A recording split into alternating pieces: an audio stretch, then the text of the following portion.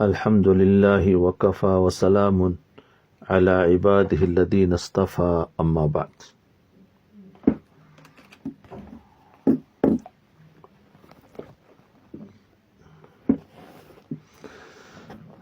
الحمدللہ بات چل رہی تھی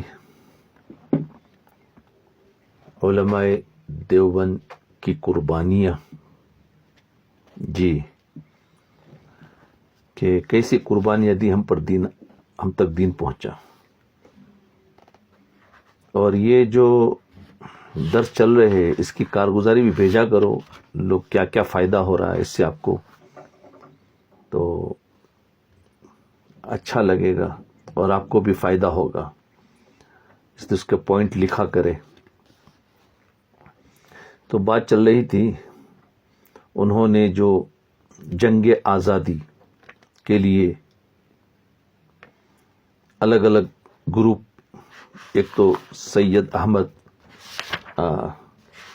شاہ اسماعیل ہے، سید احمد شہید رحمۃ اللہ علیہ، ان کے بعد شاہ اسماعیل شہید رحمۃ اللہ علیہ، اس کے بعد جو تھے وہ 3 علماء، اور وہ رنجیت سنگھ کی جو ظلم تھا، جی، تو پھر علماء نکلے، مولانا رشید احمد، مولانا حاجی امداد اللہ مکی، مولانا رشید احمد گنگوئی، مولانا قاسم نانوتوی رحمۃ اللہ علیہ، وہ نکلے. جی، تو انہوں نے دیکھا کہ یہ تھوڑی تھوڑی دیر میں آزادی کی تحریکیں چل رہی، اس کی وجہ کیا ہے. تو انہوں نے کہا 3 چیزوں کو ختم کرنا پڑے گا.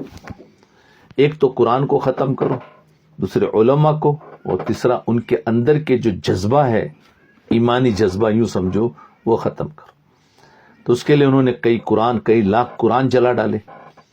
علماء کرام کو شہید کر دیا گیا. وہ بات چل رہی تھی. ظلم کی انتہا ہو گئی. مولانا تھانسی رحمۃ اللہ علیہ اپنی کتاب تاریخ کالا پانی ایک ہے، میں لکھتے ہیں کہ ہم کئی علماء تھے جن کو گرفتار کر کے امرتسر جیل میں رکھا گیا. پھر فیصلہ کیا گیا کہ ان کو لاہور بھیج دیا جائے. جب لاہور بھیج دیا گیا تو یہاں کے حکمرانوں نے فیصلہ کیا کہ ان کو سزا دی جائے تاکہ ان کی وجہ سے دوسروں کو بھی عبرت ہو. وہ شہید ہو گیا الگ علماء، قید میں گئے وہ الگ علماء، ان کو طرح طرح کے ستایا گیا. وہ دیکھو جو قید میں تھے، مولانا تھانسی رحمۃ اللہ علیہ خود اپنی کتاب میں لکھتے ہیں کہ فرمایا ہم کو کہاں بھیج دیا گیا، پہلے امرتسر جیل میں، پھر وہاں سے ہمیں لاہور بھیج دیا گیا اور سزا دینے کا فیصلہ ہوا تاکہ دوسروں کو بھی عبرت ہو. وہاں کا انگریز حکمران اتنا ظالم تھا کہ اس نے لوہے کے پنجرے بنوائے. انگریز حکمران لوہے کے پنجرے بنوائے، جیسے وہ پنجرے ہوتا ہے نا، طوطا وغیرہ جو رکھتے ہیں، لوہے کا پنجرا ایسا مضبوط بنایا، لوہے کا پنجرا بنوایا.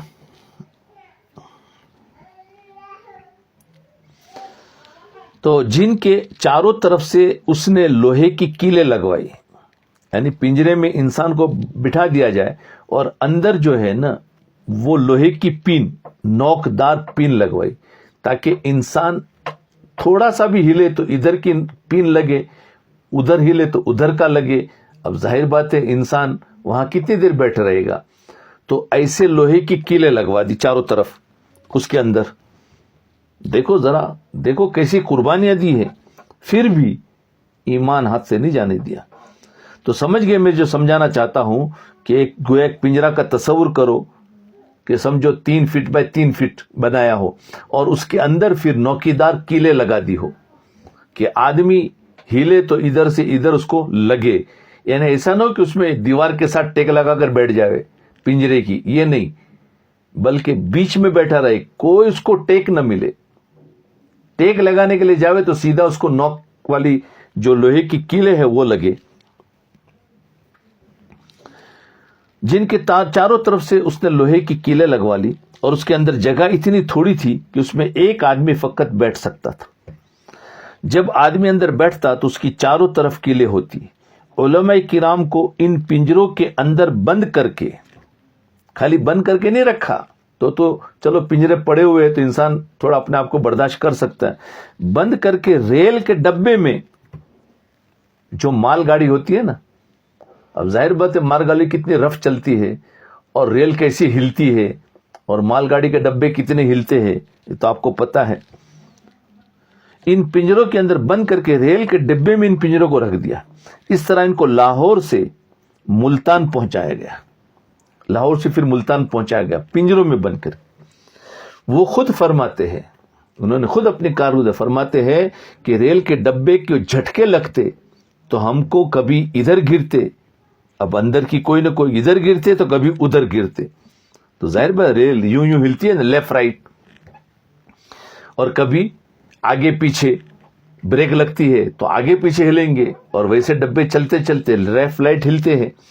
تو فرمایا ہم کو کبھی گرتے، کبھی ادھر گرتے، کبھی ادھر گرتے، ہماری کبھی اس طرف کیلیں چبھتی کبھی اس طرف. جسم کے چاروں طرف کیلوں کی وجہ سے زخم بن گئے جن میں خون جاری رہتا تھا. اللہ اللہ اللہ ان کو پوری امت کی طرف سے بہترین بدلہ دے. کیسی قربانیاں دی ہیں ان لوگوں نے. اللہ اکبر کبیر.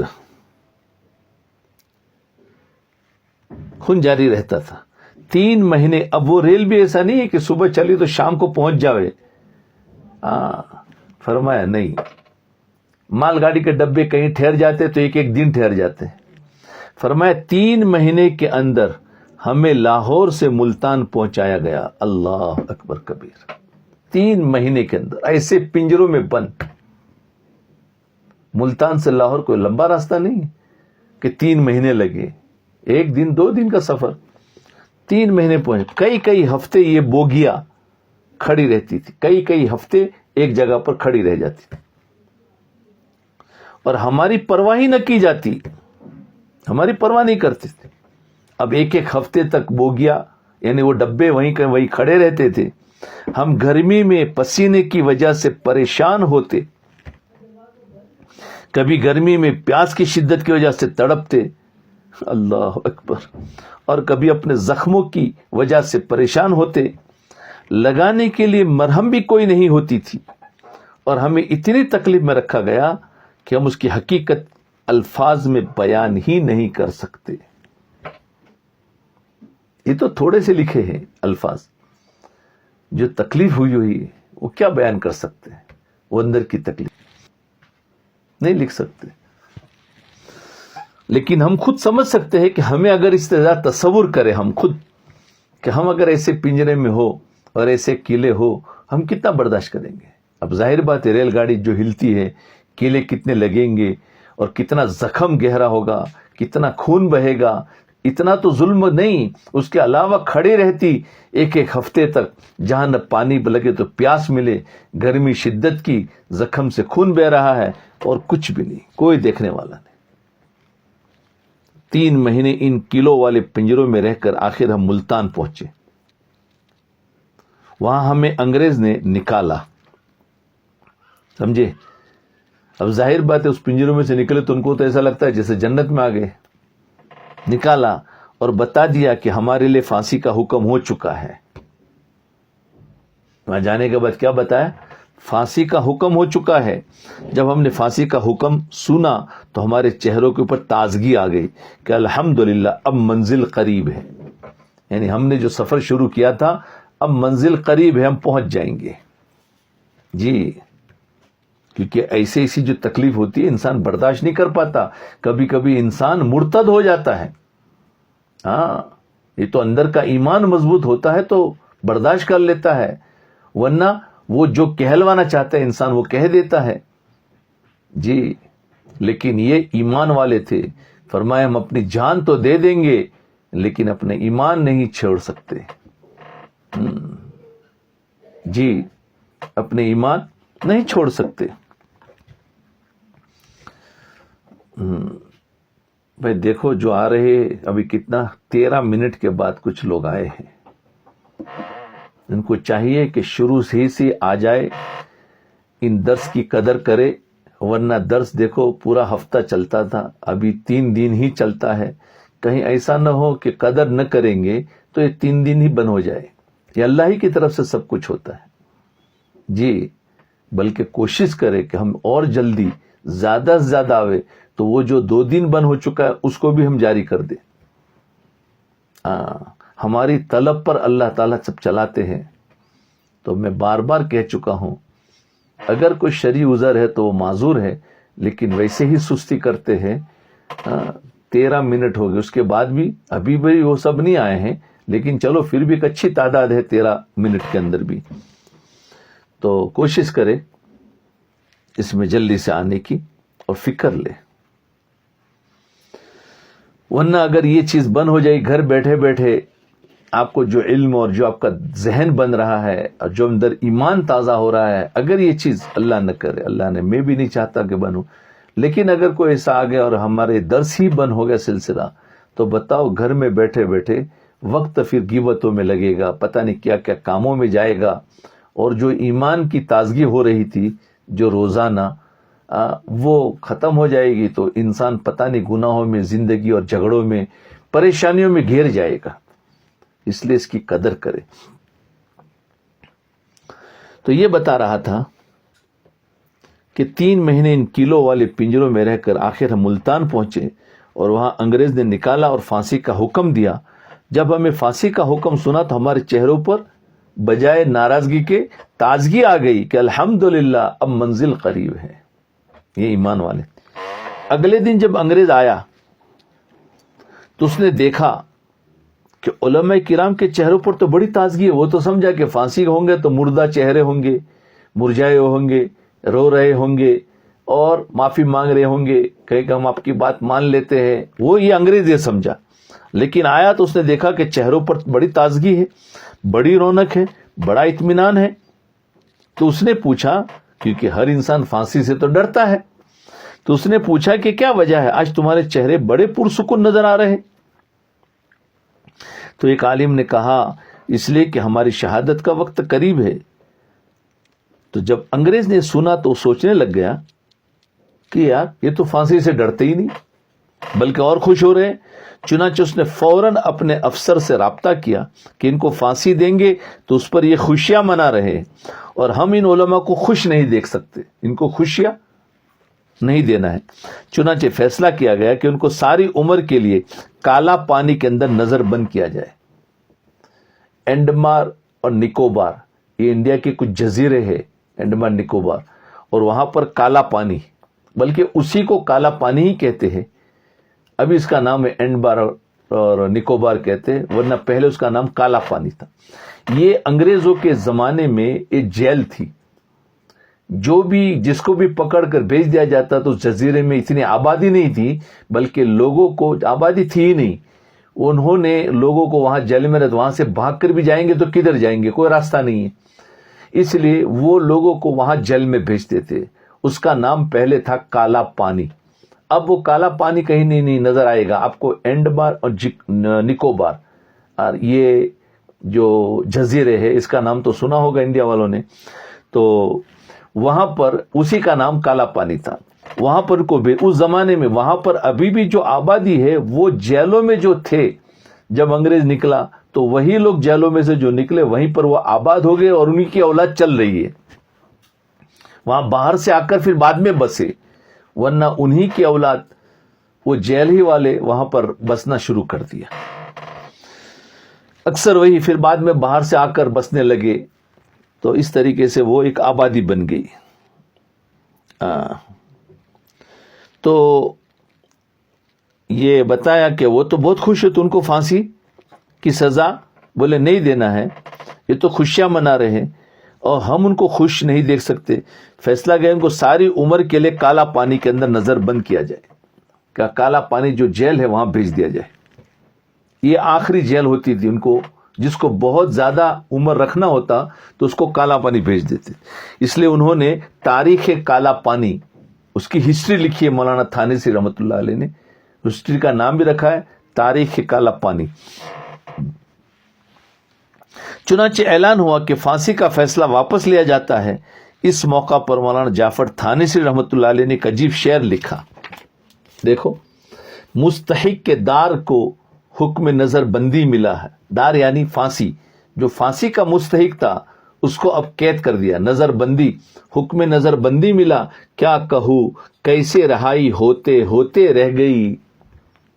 یعنی اگر پھانسی مل جاتی تو ہماری چھٹی ہو جاتی تھی ہمیشہ کے لیے، لیکن کیا کرو ہمیں نظر بند کر دیا تو ہماری رہائی ہوتے ہوتے رہ گئی. اس کو موت نہیں، وہ تو کہتے ہماری چھٹی ہو گئی، کیونکہ شہادت کی موت ہے. اللہ کیا بڑا اونچا مرتبہ ملے گا. ہاں اب آگے پتہ نہیں کیسی تکلیف ہوتی. اس تکلیف میں کہیں انسان اگر بھٹک گیا، بہ گیا تو ساری قربانیاں بیکار. ہاں یاد رکھے، ایک انسان 1 دن 2 دن 4 دن 10 دن تو قربانی کر لیتا ہے، پھر سوچتا ہے یار یہ تو کیسے برداشت ہوگا، تو کچھ نہ کچھ انسان پھر کرتا ہے کہ بھائی چلو میرے سے برداشت نہیں ہو سکتا، تو وہ ساری قربانیاں بیکار ہو جاتی. تو کہ اگر شہادت نصیب ہو جاتی تو رہائی ہو جاتی. سبحان اللہ، شہادت کی خاطر کتنا تڑپنے والے لوگ تھے. چنانچہ انگریز نے علماء کو پھانسی دینے کے بعد، ابھی وہ علماء کو جو پھانسی دے رہے تھے نا، جو سے پہلے بات چل رہی تھی کہ تیسرا کام یہ کیا، کیونکہ پہلا کام قرآن کو جلایا اور دوسرا کام علماء کو پھانسی دیا، شہید کیا اور قید کیا، یہ سب کچھ کرنے کا. اس کے بعد تیسرا کام یہ کیا کہ اس ملک کے اندر کچھ ایسے فرقے دین کے نام پر پیدا کیے. یہ جو فرقے بنے ہیں نا، وہ انگریز نے اس فرقے کو دین کے نام پر پیدا کیے، جنہوں نے فتویٰ دیا، ایسے فرقے جنہوں نے فتویٰ دیا کہ انگریز کے خلاف جہاد کرنا حرام ہے. اب وہی مسلمانوں کے اندر انگریز نے ایسے لوگوں کو خریدا اور ان کو کہا، تو انہوں نے کہا کہ انگریز کے خلاف جہاد کرنا حرام ہے. انہوں نے کہا کہ جہاد کرنا ضروری ہے، فتویٰ دے دیا تھا. اب دوسروں نے، تو اب دیکھو اختلاف پیدا ہو گیا نا. اب وہ حرام کہہ رہے ہیں، یہ جائز کہہ رہے. تو اس کو کہتے ہیں اندر کا جذبہ اور اندر کا ایمان کھوکھلا کرنا، کمزور کرنا. تو وہ جو جہاد کا جو جذبہ تھا، فرمایا وہ کیسے ختم کرے. تو ایسے علماء کو پیدا کر لیا کہ انگریز کے خلاف لڑنا حرام ہے. اس تاریخ کے پس منظر میں یہ سب باتیں سمجھنی آسان ہو جائے گی کہ انگریز کا ساتھ دینے والے کون تھے. اب اسے سمجھ جاؤ کہ انگریز کا ساتھ دینے والے کون تھے. یعنی میر جعفر اور میر صادق کون تھے، جنہیں کئی ہزار مربع الاٹ ہو گئے، یعنی ان کو زمینیں دی گئی تھی.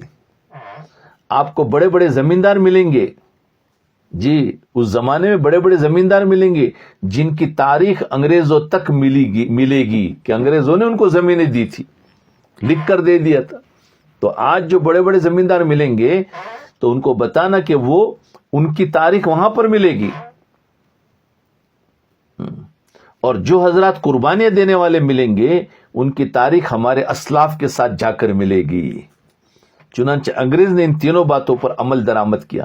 قرآن مجید کے نسخے ضائع کیے، علماء کرام کو شہید کیا، اور اس امت سے جذبے جہاد کو ختم کرنے کے لیے جہاد کی حرمت پر فتوے جاری کروا دیے. اس کے بعد کیا کیا؟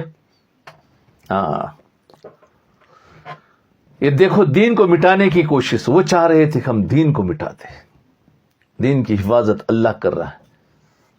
مختلف مدارس اس وقت وقف کی جائیداد سے چلا کرتے تھے. 10,000 مدارس بند کرے اس نے. دلی کے اندر صرف 10,000 مدرسے چل رہے تھے، چھوٹے بڑے. اس زمانے میں اس نے سب بند کروا دیے. اور مدرسے کیسے چلتے تھے؟ پبلک کا چندہ نہیں تھا، ان کے پاس زمینیں تھی. مدارس اس وقت وقف کی جائیداد سے چلا کرتے تھے، کیونکہ جو بادشاہ آئے تھے ان بادشاہوں نے زمینیں دی تھی. بولے اس زمینوں کے ذریعے سے جو ملے وہ بچوں کو کھلاؤ اور اسی حساب بچوں کا یہ مدرسہ چلاؤ. یہ مغل بادشاہوں نے دیے تھے، ان کو زمینیں وقف کی تھی. چنانچہ انگریز نے وقف کی تمام املاک کو اپنے قبضے میں لے لیا. جتنا وقف کی زمینیں تھی جس کے ذریعے سے مدرسہ چل رہا تھا، ان کا راشن پانی چل رہا تھا، انگریز نے ساری زمین وقف کو اپنے قبضے میں لے لیا. دیکھو کیا کیا کوششیں کی ہے دین کو مٹانے کے لیے، سمجھا رہا ہوں بار بار. فرمایا اپنے قبضے میں لے لیا اور یوں گویا مدارس کی شہرت کو کاٹ دیا، کیونکہ مدارس چلیں گے کیسے؟ اس کو تو مال کی ضرورت ہے، اور مال کے لیے زمینیں تھی، زمین اس نے قبضہ کر لیا. اب مدارس میں نہ اساتذہ کو کھانا مل سکتا ہے، نہ طلبہ کو کھانا مل سکتا ہے، نہ کوئی کیش مل سکتا ہے، کچھ بھی نہیں. تو اب وہ زمینیں لے لی، تو گویا انہوں نے اس کی رگ کو کاٹ دیا، مدارس بند ہو گئے. چنانچہ دہلی شہر میں 1000 مدارس بند ہو گئے. دہلی شہر میں 1000 تھے. بڑے بڑے مدارس کی تعداد 10,000 تھی ٹوٹل، جن کو بند کر دیا گیا. حضرت شاہ ولی اللہ محدث دہلوی رحمۃ اللہ علیہ، یہ شاہ ولی اللہ وہاں سے بات شروع ہوئی تھی. شاہ ولی اللہ محدث دہلوی جو 1701 میں پیدا ہوئے اور 1762 میں وفات پائی، یا 63 میں. اور ان کے 4 بیٹے تھے، شاہ عبد العزیز رحمۃ اللہ علیہ اور جو سارے نام تھے. ہاں، تو انہوں نے شاہ ولی اللہ محدث، ان کا بھی ایک مدرسہ تھا دہلی میں جس کا نام تھا مدرسہ رحیمیہ، اور اس پر انہوں نے بلڈوزر پھیر دیا گیا، ساری عمارتوں کو، سارے مکانات کو، سارے کلاس کو ختم کر دیا اور بالکل برابر کر دیا گیا. انگریز اپنی طرف سے پورا بندوبست کر چکا تھا، اس میں اس کو کئی سال لگے. جی، یہ مولانا عبد الرحیم، کیونکہ انہوں نے آ کر اس جذبے کو شروع کیا تھا. تو مولانا عبد الرحیم، یہ مدرسہ رحیمیہ، شاہ ولی اللہ کے بیٹے تھے نا، وہ 4 بیٹے تھے. ان 4 بیٹوں سے پورے انڈیا میں، پورے ہندوستان میں دین بہت پھیلا. پھر اب دارالعلوم دیوبند، وہی تاریخ بتانا تھا کہ دارالعلوم دیوبند کیسے بنا اور کیا وجوہات بنی، تو اس کے لیے سارا اس کا بیک گراؤنڈ میں نے بتایا. اب دارالعلوم دیوبند کا قیام 1861، یاد رکھیں 1861 میں پھر اللہ کے ایک مقبول بندے، کیونکہ جو تحریک آزادی جو شروع ہوئی نا، وہ 1824 میں رنجن سنگھ کو بٹھایا اور وہاں سے وہ شروع کیا. جی، تو اس سے پہلے وہ ٹیپو سلطان رحمۃ اللہ علیہ، ان کو شہید کیا 1792 میں، ان سے جنگ لڑی گئی.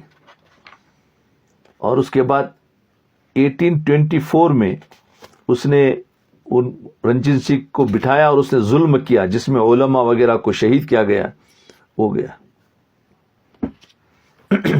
تو انہوں نے 1861 میں اللہ کے ایک مقبول بندے حضرت مولانا قاسم نانوتوی رحمۃ اللہ علیہ کے دل میں خیال آیا کہ مسلمانوں سے ان کی دنیا تو چھین لی گئی، دنیا تو چھین لی گئی، کچھ بھی نہیں ملا.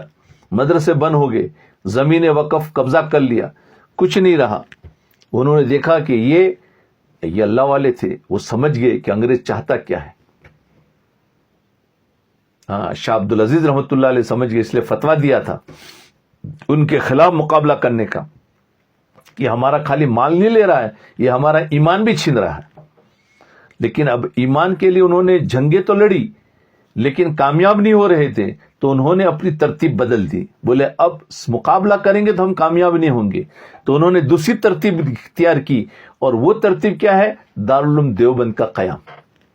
یہ بھی ایک مقابلہ تھا، لیکن یہ مقابلہ ایسا تھا کہ جس میں دشمن کچھ نہیں کر سکتا تھا. وہ سامنے جاتے تھے، ہمیں شہید کر دیتے تھے. تو انہوں نے یہ اپنا راستہ بدلا. تو ایک مقبول بندے حضرت مولانا قاسم نانوتوی رحمۃ اللہ علیہ کے دل میں خیال آیا کہ مسلمانوں سے ان کی دنیا تو چھین لی گئی، یہ کوئی اتنا بڑا نقصان نہیں ہے، لیکن مسلمانوں سے تو اب ان کا دین چھینا جا رہا ہے، اور یہ بہت بڑا نقصان ہے. ایمان چھین جانا، دنیا چھین جائے تو جانے دو، آج نہیں کل کما لیں گے، بھوکے سو لیں گے، لیکن ایمان چھین جائے یہ نہیں ہو سکتا. جی، تو فرمائے تو ایمان چھینا جا رہا ہے، ان کا دین چھینا جا رہا ہے، یہ بہت بڑا نقصان ہے، لہذا اس کی تلافی کی کوئی صورت ہونی چاہیے. تو ان کے سسرال مولانا قاسم نانوتوی رحمۃ اللہ علیہ کا سسرال دیوبند میں تھا. یہ چھوٹی سی بستی تھی.